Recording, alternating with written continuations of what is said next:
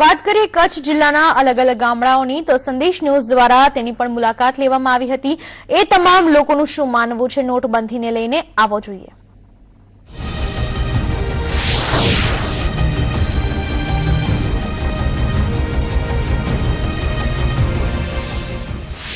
નોટબંધી વિશે સારો કાયદો કર્યો છે મોદી સરકારે અને સારો છે એમ ને પૈસા તો આવતા જ હશે, જેમ નોટો છપાતી હશે તેમ એના પ્રમાણે આવતા જ હશે। અત્યારે તો પોઝિશન સારી છે, એમ મળે છે રૂપિયા। અત્યારે પહેલાં 2000 હતા, હવે 5000 એમ કરીને 24000 સુધી બેંક દે છે ચેક દ્વારા, તો સારું છે એમ અત્યારે।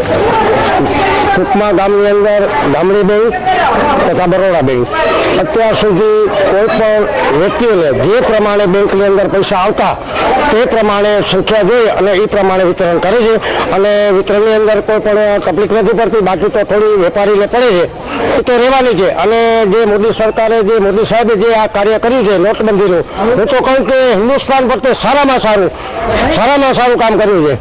એમાં થોડી તકલીફ છે, કારણ કે એટીએમમાં છેલ્લા 20-25 દિવસથી રૂપિયા આવતા જ નથી। બેંકમાં રૂપિયા મળે બરાબર રીતે, પણ એટીએમમાં કાંઈ રૂપિયા છે નહીં, એટલે એ તકલીફ છે। અમને તો ગામની અંદર બહુ સારું લાગે છે કે બેંકોની અંદર રૂપિયા મળે છે। અમારા ગામમાં 2 બેંકો છે, એક બરોડા બેંક છે, એક ગામની બેંક છે, અને પોસ્ટમાં પણ અમને પૈસા મળે છે। જાય છે અંદર પૈસા આપે છે, અને બેંક છે એટીએમ છે હાલ ઘડી 4-5 દિવસ બંધ છે, એના પહેલાં અમને એટીએમથી પૈસા મળતા હતા। બાકી જે નરેન્દ્રભાઈએ જે કર્યું છે બહુ સારું કર્યું છે।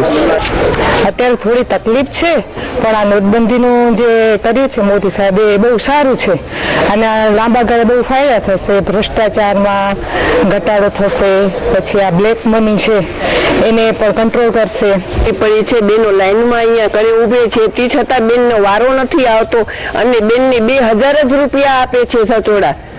બેનને પૈસા જ નથી આપતા। બેનને ઘરના કામ કેટલા હોય અત્યારે, 2 કલાક કે 4 કલાકોમાં ઊભું પડે બેનને।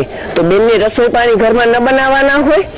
બેનને રસોઈ પાણી પહેલે બનાવવાના હોય। હું 4 કલાક લાઈનમાં ઊભો તો છોકરાને કહેશે મમ્મી મને જમવા આપો, તો બેન શું આપે જમવા? અને પૈસા મળે નહીં કે બેન કાંઈ બજારમાંથી લઈ આવીને પણ બાળકોને આપે જમવા। સરકાર જે કર્યું હોય ભ્રષ્ટાચાર માટે સારું છે ને બધા એમ કે વાપરી શકે નહીં 2000 રૂપિયા આજે કાંઈ, પણ એમ કે તકલીફ પડે છે મતલબ એમ।